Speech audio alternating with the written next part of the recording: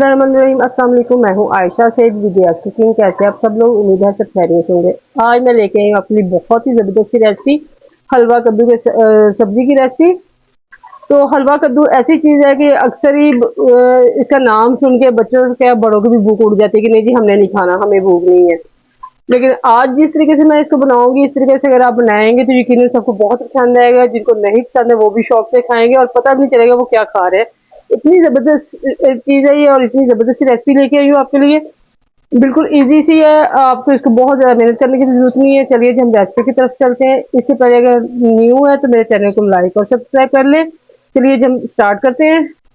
बिस्मिल्लाहिर्रहमानिर्रहीम। चलिए जी हम रेसिपी की तरफ चलते हैं। सबसे पहले मैंने ये जो हलवा कद्दू है इसको बारीक बारीक छीलकर ऐसे बारीक बारीक पीसेस में काट लिया है। और एक अदद प्याज हमने ले लेना है दरमियाने साइज की, वो भी बारीक बारीक काट लेना है। और एक टमाटर ले लेना है थोड़ा सा एक दरमियाने साइज का, वो बारीक बारीक काट लेना है। 2 से 3 हरी मिर्चें और हरा धनिया लेना है। बस इसके लिए हमें ज़्यादा मसाले वगैरह यूज़ भी नहीं करने, ताकि इसका जो अपना टेस्ट है वो ज़्यादा अच्छा से आए। तो अब चलते हैं हम इसको बनाने की तरफ। सबसे पहले मैंने ले ली एक मट्टी की हांडी। अगर आप इसको जल्दी बनाना चाहते हैं तो आप इसको कुकर में बना सकते हैं। इसमें हमें डाल लेना ऑयल। कुकिंग ऑयल डालने के बाद इसको हमने हल्का सा गर्म करने करके तो प्याज इसमें शामिल कर देना और प्याज को हमने हल्का सा गोल्डन ब्राउन कर लेना है। तो अगर तो आप इसको जल्दी पकाना चाहते हैं तो आप इसको कुकर में भी पका सकते हैं। कुकर में सिर्फ 5 से 10 मिनट में पक जाएगा। लेकिन जो मिट्टी की हांडी में हल्की हल्की आंच पे पकने का इसका टेस्ट आता है ना, वो तो बहुत ही ज़बरदस्त होता है। तो इसलिए कोशिश करें ज़्यादा से ज़्यादा आप इस तरह की मिट्टी की हांडी में खाने को हल्की आंच में पकाएं, ताकि उसका अपना जो जायका और उसकी खासियत है वो बरकरार रहे। तो इसको प्याज को हमने हल्का सा गोल्डन ब्राउन कर लेना है। बिस्मिल्लाहिर्रहमानिर्रहीम। माशाल्लाह माशाल्लाह, देखिए प्याज का कलर जो है हमारा काफ़ी हद तक चेंज हो गया है, यानी हल्का सा गोल्डन होना शुरू हो गया है। अब हमने क्या करना है, जो टमाटर काट के रखा हो तो वो भी इसमें शामिल कर देना है और इसको भी अच्छी तरह से हमने भूनते जाना और साथ पानी का हल्का सा छींटा लगा देंगे और थोड़ी देर को इसको भी अच्छी तरह से भूनते जाएंगे। जब तक आपका मसाला अच्छा सा नहीं बनेगा तब तक आपकी जो सालन है इसका टेस्ट भी अच्छा नहीं आएगा। तो इसलिए कोशिश किया करें कि मसाला आप ज़्यादा अच्छा से भून लें। बिस्मिल्लाहिर्रहमानिर्रहीम। अब हम इसमें क्या करना है, अब इसमें हम स्पाइसेस शामिल करना है, वो भी बहुत ज़्यादा नहीं।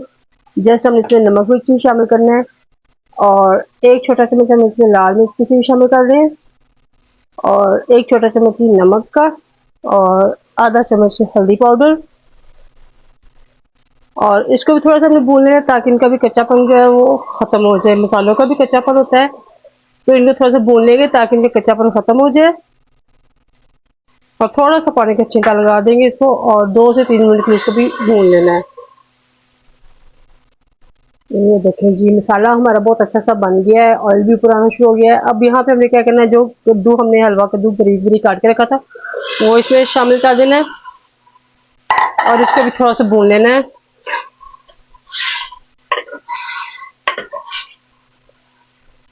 और अगर आप इस तरीके से कद्दू खाएंगे तो यकीनन सबको बहुत पसंद आएगा। जिनको कद्दू नहीं पसंद, जो नहीं खाते, वो भी मांग मांग कर खाएंगे।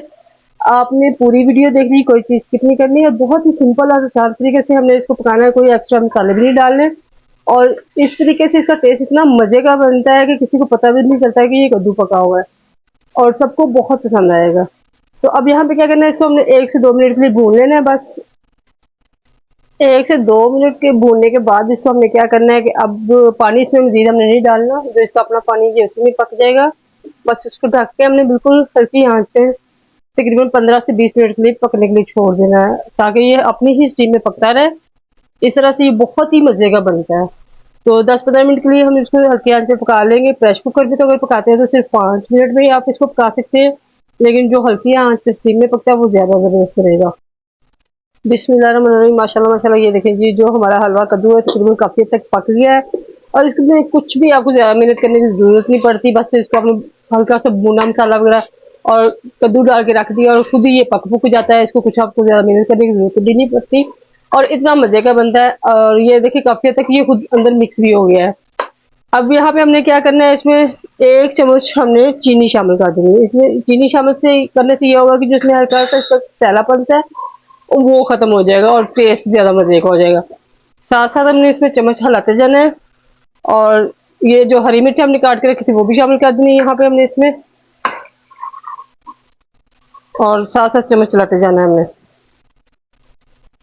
और अब 1 चम्मच हमें इसमें कुटा हुआ जीरा और धनिया भी शामिल कर देना है। थोड़ा सा गरम मसाला बस हल्का सा हमने डालना है, तो खुशबू के लिए थोड़ा सा बस। और 1 चुटकी यानी 1 पिंच कह लें, जरा सी इतनी सी काली मिर्च इसमें शामिल कर देनी है और चम्मच चलाते जाना है। और माशाल्लाह बहुत ही ज़बरदस्त हमारा हलवा कद्दू का सालन जो है वो तैयार होने वाला है। और टेस्ट इसका बहुत ही कमाल का, बहुत ज़बरदस्त है, सभी को बहुत पसंद आएगा। और लुक देखिए इसकी माशाल्लाह कितनी यमी लग रही है। बस इसको हमने थोड़ी देर के लिए मज़ीद भून लेना है। माशाल्लाह माशाल्लाह जो हमारा हलवा कद्दू का सालन है वो रेडी हो गया और बहुत ही यमी लुक देखें इसकी लग रही है। और ऑयल जब लैदा से होना शुरू हो जाए, ऊपर आना शुरू हो जाए, तो समझ लें कि आपका सालन रेडी हो गया। अब यहाँ पे हमने थोड़ा सा इसमें हरा धनिया शामिल कर देना है और अब इसको हम सर्विंग बाउल में निकाल लेंगे। ये देखें जी, माशाल्लाह माशाल्लाह जो हमारा हलवा कद्दू का सालन बहुत ही ज़बरदस्त सी लुक है।